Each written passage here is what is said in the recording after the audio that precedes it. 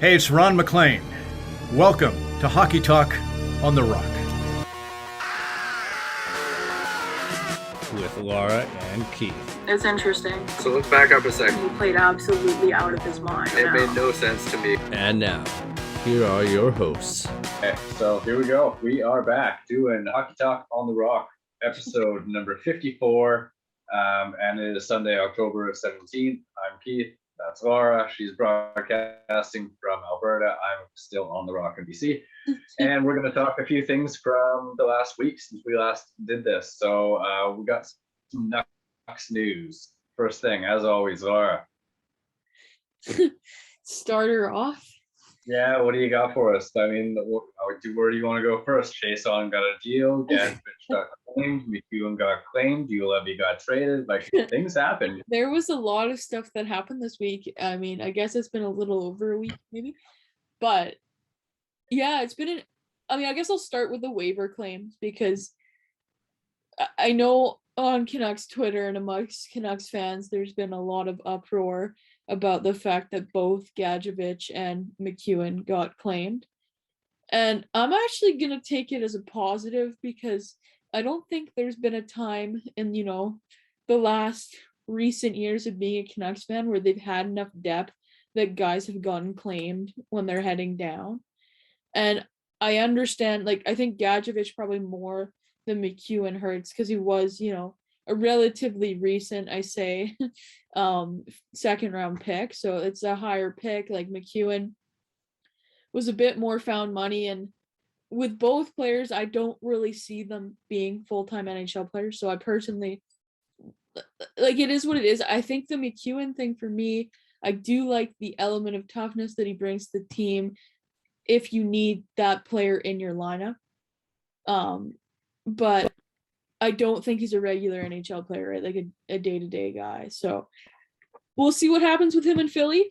And then Gadjevich went to the Sharks to join former cast-off Jonathan Dallin there, who's now playing on the Sharks top line. So that will be interesting to see how that goes. But yeah, I mean, I'm not going to overreact to it. They had to send someone down. Okay, you can get mad that Benning signed Chason because over Gadjevich, let's just say, but there's other guys in the system that are going to come up and fill those spots. I'm not too worried about it. Yeah, so I mean, okay, I'll start with McEwen because he went to my boys, obviously. Yeah. And I mean, for him, he's just a prototypical Philly style player. Totally, yeah. So I mean, I feel like he'll bring something to the fourth line, and they've kind of been lacking, those little, character role players on the bottom six for the last few years, I felt. So I'm kind of happy about it. I think it'll be interesting to see. But I mean, the crowd's going to love him because he's going to drop the gloves and he's going to throw the hit. Totally. So I'm happy about that.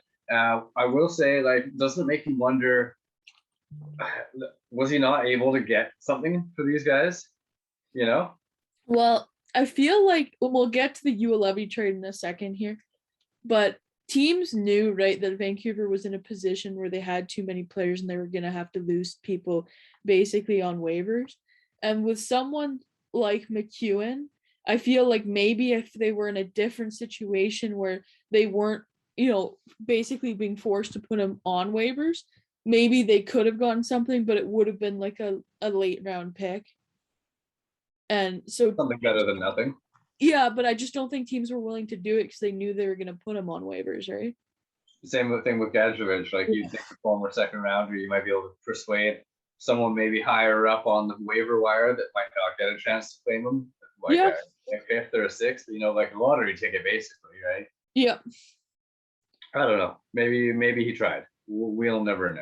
We'll never know. I do feel, and I mean, I've dumped on Benning a lot. I just feel like he gets a lot of blame in this market, basically. And I don't know what it's like to be a GM, but I feel like, again, we oversimplify what it's like in general. So we'll see if Gadjevich turns into anything. I mean, it was funny that both him and Cole Lind were on waivers at the same time because those were the two players that were, targeted by Seattle. And we'll see what happens with both of them.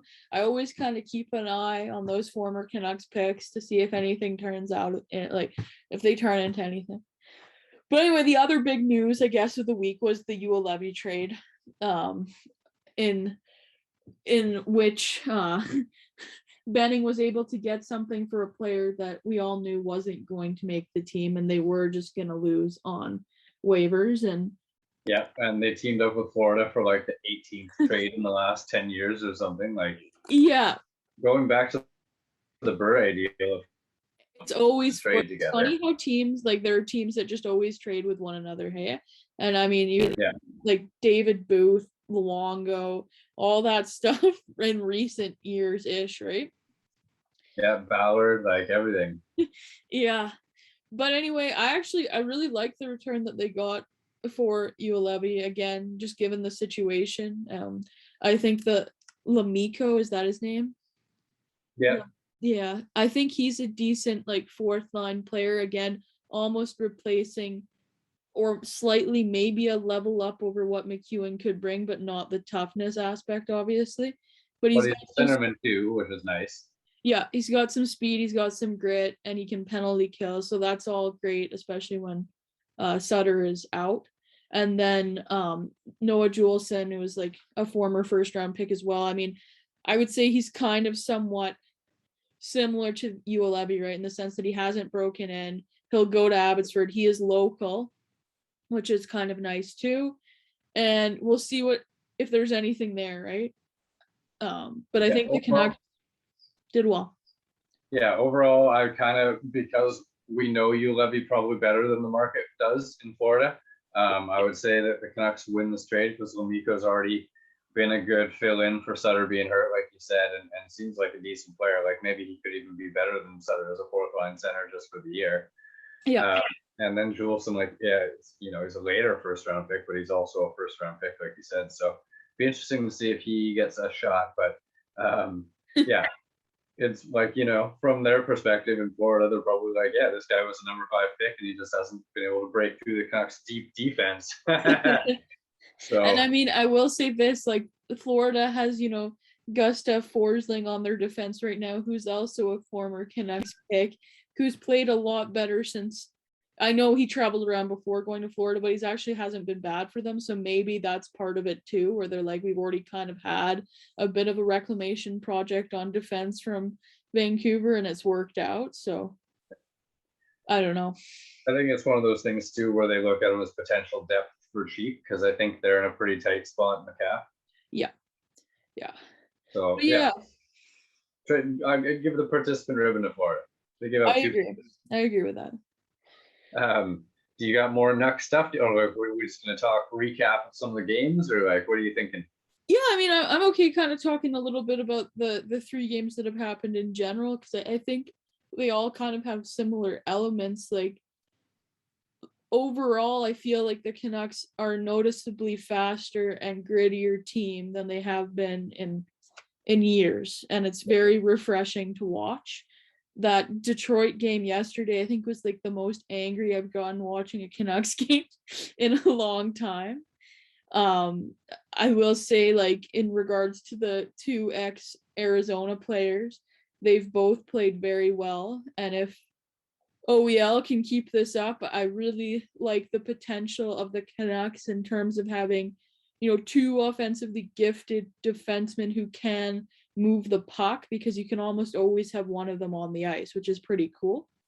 And I've been very, like, I will say this, I already liked Connor Garland, but I'm really turning into a fan of Connor Garland. Like, again, that Detroit game, it was kind of almost throwbacks to like Kessler and Burroughs doing their stuff out there and getting under the skin, but also being productive. And like, in the broadcast, they were talking about kind of dragging the team with them, and the Canucks, they've needed that for a while. And so I'm very excited for when Besser comes back here and we see, the full top 6 kind of get going, because I feel like they should have won that game in Detroit. They were by far the better team. For both the Flyers and the Oilers game, the Canucks had moments where they looked really bad and moments where they looked really good. So if they can kind of pull it together for a full 60 minutes. I like the potential of the team. Yeah, no, I have to agree with you, especially on the speed thing. Like, they are a much faster team. I have a good and a bad with Ekman Larson. Yeah. So bad, and it's only the fact I just don't like that he's wearing 23. Like, you know, like, I know Edler's not going to go in the Hockey Hall of Fame or whatever. Yeah. But, like, he is kind of like the longest running Sure. defenseman and like probably the best defensive defenseman they might have had in their history. Yeah. And like he leads so many franchise categories as a defenseman too. It's just kind of weird seeing right away another 23 out there. But that's, you know, that's not anything to do with his play, so whatever. Because the good that I was going to comment on is he shows a lot of emotion and willing to engage with players and get in their faces and scrum it up. Whereas like Edler felt like the most vanilla, less, you know, emotionless player that just like didn't get into anything, had no comments. Like, yeah. So I like that. I like that a lot. And Garland seems to have quite a bit of spark to him in terms of, you know, getting in people's faces too, which is nice.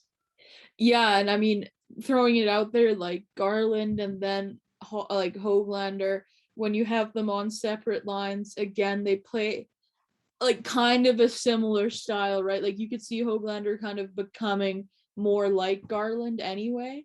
And I really like that potential as well, because like, again, the Canucks have just been too easy to play against for so many years now.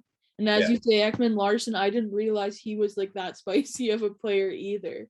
Yeah. So I've really enjoyed watching the two of them, as well as the revamped like forward group in general. And I thought that like Podkolzin, he scored his first goal against your boys, and he hasn't been getting much minutes, which I think is pretty typical for, you know, Travis Green. But like I thought that last game again in Detroit, he played a lot better. He was playing more. He was decent defensively, and he did cause some stuff on the forecheck to happen. So that's all positive signs. We'll see if he gets some more minutes or what happens with him. But he's also obviously an interesting player to watch right now. Yeah, that was a nice goal for a more of a playmaking type player. That was a nice shot. Yeah. I will throw some love to Demko's way. Like, he's faced a lot of shots in the first two games he played, and I thought he played really, really well. I agree. And while we're quickly on the topic of the Flyers game, I know we're going to talk with Trevor about the game more in depth, but I will just say, like, that felt like such typical Flyers hockey. You know, like, you knew they could score their way out of the situation they got themselves in, but like, man, after knowing what a bad season Hart had last year and like how he had to bounce back and there's questions of his confidence with a couple of those goals and just the way he like physically in the net after those went in, it was like, oh no, like he looks defeated already, you know. So I'll talk about it more, Trevor, but like it was really worrying. And I know it's only one game and, you know, there's a long season ahead of us, but man, it makes a Flyers fan like me really nervous when you're like hoping that, hey, maybe finally this is going to be the next good goalie after Ron Hextall 30 years ago. Yeah, and I mean, I told you, right, like I was pretty convinced that Hart was going to have a bounce back season this year. Like there's no way he might, like, again, he's played one game, so it's totally possible he does, but that game did look awful. Like those two goals were not goals that should go in an NHL game, just straight up. Yeah. And I would be worried if I was a Flyers fan because they don't really have that reliable backup. You know, Martin Jones is in almost a similar situation where he is also a bit, I don't want to say like an emotional wreck, but like he's had his moments where he's looked awful, basically. And if it is a confidence thing, then that is what it is. But I hope that for your sake, Hart does bounce back. And I mean, in terms of like Hockey Canada, you also hope that he bounces back because he was looking like he was going to be kind of the successor in goal. So we'll see. But yeah. Gotta hope game 2 is better. Anyways, starting to go around the league a little bit. The biggest news I had was the Brady Tkachuk saga is finally over. It felt like that and the Eichel thing were the only two things that have been lingering on for months. Yeah. So I mentioned to you I was surprised because like it sounded to me from whatever I read or listened to in my not too in-depth circles of hockey Yeah. that he was not budging off 3. He wanted 3 years, wanted 3 years to see where the organization was going, how successful they were going to be. Yeah. And he ended up going 7 years times 8.245 or something like that. Yeah. And being sounding pretty happy about it. And since then, it sounds like maybe he just really likes some of his teammates that are like close to his age, like they're young guns, because some of their young guns are pretty damn talented. Oh yeah. Yeah, I mean, Ottawa's honestly quite a fun team to watch now. It's a weird thing to say, but it is because of those young players, right? They do have a very strong young core, and like not even all of those guys are in their lineup yet, right? Yeah.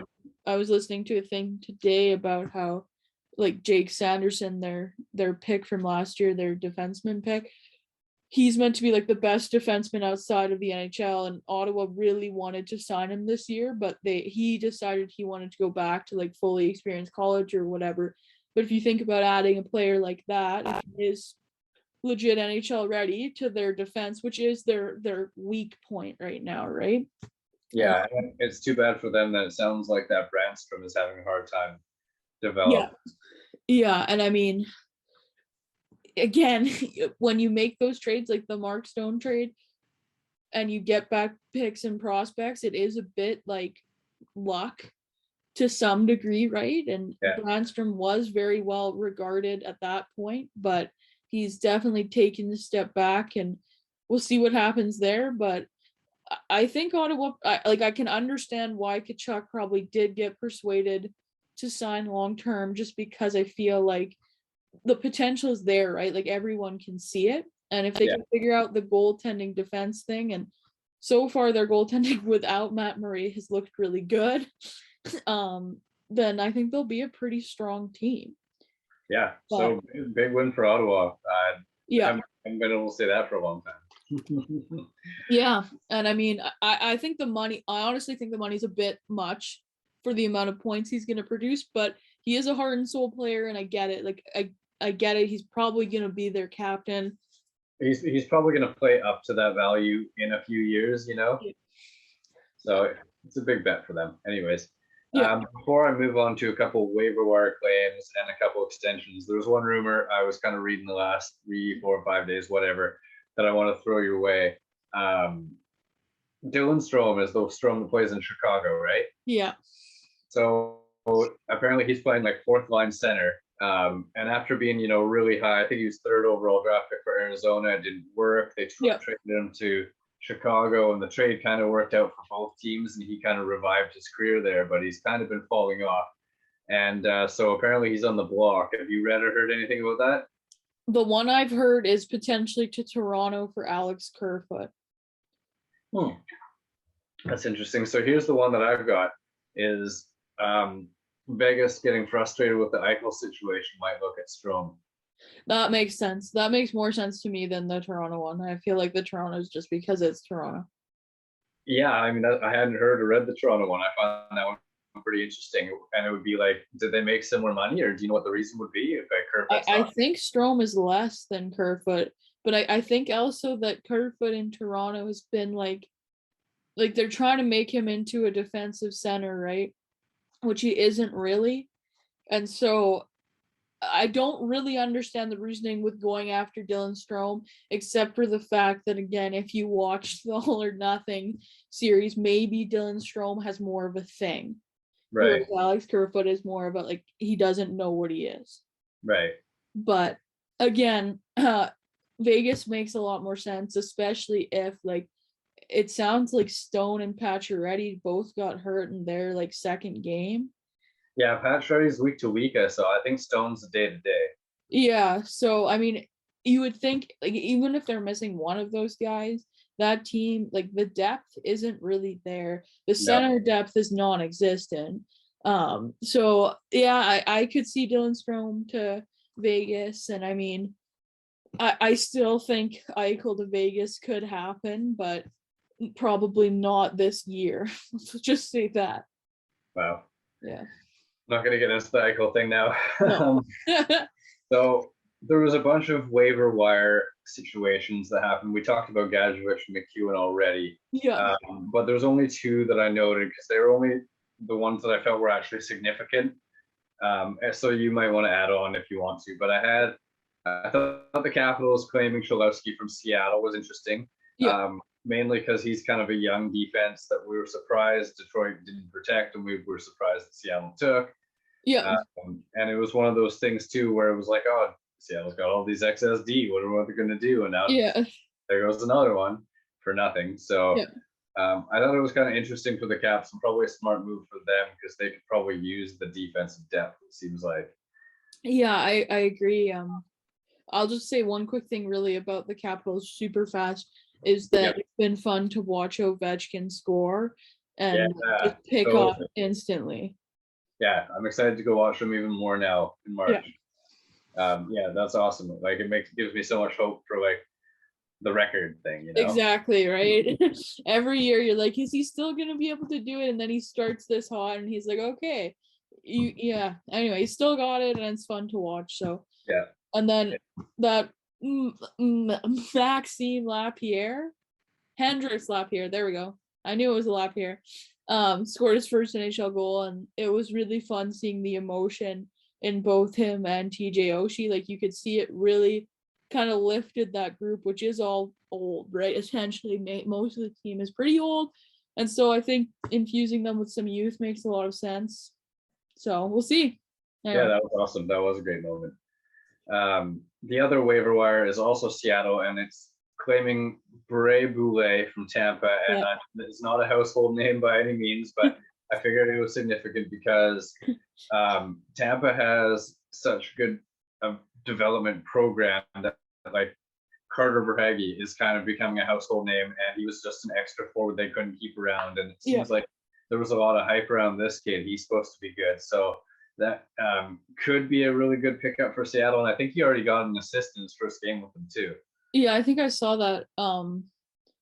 I mean, again, like even JT Miller, right? Really in Tampa was kind of an afterthought to a degree, and he came to Vancouver and he's a point per game player, and as you say, Verhaeghe in Florida has just totally taken off, and I think if you can get one of those Tampa castoffs, it's kind of a chance that it's a golden ticket, and it makes sense for Seattle, who is going to have trouble scoring goals. I think they played like 3 games or whatever, but their leading scorer right now is Brandon Tanev. Oh, yeah. Yeah, and that's not going to last, but who knows? Maybe one of these guys is going to take off, and why not try with the Tampa waiver claim? So I think it's smart. I agree. Well, we'll revisit that one later and see how he's doing, kind of thing. I feel like he'll probably do well there. And then I got a couple re-signings that were pretty big ones. Yeah, I think that's the same as me. Some touch on. So the first one was Nick Suzuki, your guy who with the Cats and all that. Yeah. He signed just under $8 million for 8 years. Montreal, he'll probably play up to and maybe even above that value during that contract. Sure. And obviously, with the thing that happened last summer, Kotkaniemi, they're like, let's get the business done, Yeah, I think like again, this is a deal that's gonna age well, like you said, and all signs kind of point to him taking over again as captain of that team once Weber is done or retired. But so they're basically locking up their future leader. Again, I think there is some kind of risk to it after I said all those nice things, because I believe in Nick Suzuki. I think he's a star in the making, but he hasn't put up more than I think 50 points in a season, and he hasn't played a full season yet, right? Like because of COVID. So there's some risk to it, right? But I think it will pay off, and as you say, I think he'll probably be, once that deal is ended and the cap is gone off, it's going to look like a great deal. But yeah, right now, well, time will tell. It's a tough market there too, so that's also true. But you never know how it's going to go. And then the next two re-signings of defense that were like, I think it's interesting how the defensive market has stratified. Oh And yeah, it's like crazy. if you're a number 1 or 2 guy, you're getting like 8 to 9 million a year. And then now it's like these solid number 3, number 4 guys have really established this market of like 6 to 6.5 for multiple years or whatever. Because Pulak signed for 8 years at like 6.15, and then Ekholm signed 4 years. Pulak and the Island, and Ekholm Predators 4 years, 6.25.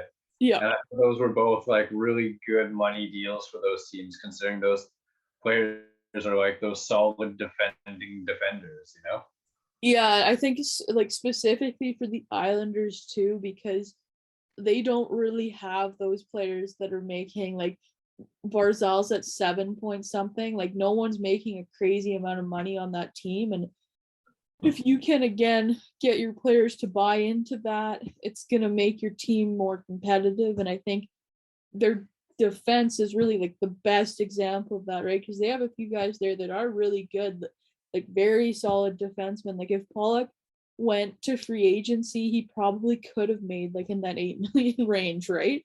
But I think that's a really good move for that team. And I'm not sure how old he is now. He might be a bit older, or is he... I think he's mid-20s. Okay, so yeah, I mean, I think that's a good deal. And then Ekholm obviously is a bit older, which is why the term's not as long, but he is also like a proven NHL defenseman, like you said. And both of those guys, if they hit free agency, would have been very, very sought after. So, I mean, Nashville is I think they're in an interesting position. I think you're higher on them than I am, but we'll see the direction that team goes. Pulak is 27. Okay. The thing with Nashville, and I think part of that threw me or might have tricked me into thinking they were going to be good, is because like I know their goalie's pretty good, and they protected 5 defense in the expansion draft because like they really wanted to keep that. So I just kind of in my head had it like, oh, those 5 defense must be awesome, and the goalie's pretty awesome, so no one's just going to score on them. Yeah. But we'll see. So far it's 0-2. The final thing I had that I just remembered while talking about that stratification of the defense is, and I actually remembered when you brought up Kulak doing this buy-in to the team cap thing. Yeah, I know where you're going. And how wherever the Bruins had kind of like an unspoken, the Bergeron cap kind of whatever. Yeah. And everyone, took less to stay there. And now Charlie McAvoy signs this massive 8-year times $9.5 million deal. Like I said, just to join up with all those other guys who were like, he's number 1, so he's going to make the biggest money. And it's good to be a really good defense in the NHL right now. Yeah, that's the one that shocked me the most. And again, like you said, it's because of that whole perceived buy-in that all the star players in Boston had. And I mean, you saw Torrey Krug a few years ago who was like, no, I wanted more money. And they're like, okay, you're gone, kind of thing. Like they were willing to let him go. They didn't want to pay him more than Bergeron. I don't know why I can't speak tonight. Anyway, but I do wonder if, because this is potentially Bergeron's last year, if maybe that's part of the reason why they gave McAvoy more. Yeah, maybe. And then he'll be like the new internal cap kind of cut off or whatever. But again, Boston is another team that will be interesting to watch in the next few years because they're also older. So we'll see. But we'll see. Yeah. Other than that, it's just been really awesome to get back into the habit of watching hockey games, regular season hockey games that mean things for an 82 game season, hopefully. Knock on wood. Yeah. It's been great. It's the sloppy season. You can feel it, there's lots of goals. Yeah. So, it's been great. And that's all I really had for league news and whatnot. How about you? Yeah, I think that's it. I mean, the only other thing I can think about is the Barkov signing. Oh, yeah. Okay. Maybe we didn't talk about that, but that was big. Yeah. So he signed 8 years at 10 mil. Which again, I think like if you look at the star players in the league, like Barkov is right up there with them now. His all-around game is very strong, and I think that's a pretty good deal. And it's Florida, so you can always talk about the no tax part of the deal there, and maybe that's why they get him slightly cheaper than other places. But I mean, good Florida to lock up their captain long term, and we'll see what that team does. Yeah, no, they're looking good so far. Yeah. All right, well, I think that will be it then. So I think we will wrap up episode 54 here of Hockey Talk on the Rock. So woohoo, and thanks for listening, everybody. Until the next episode. Woo!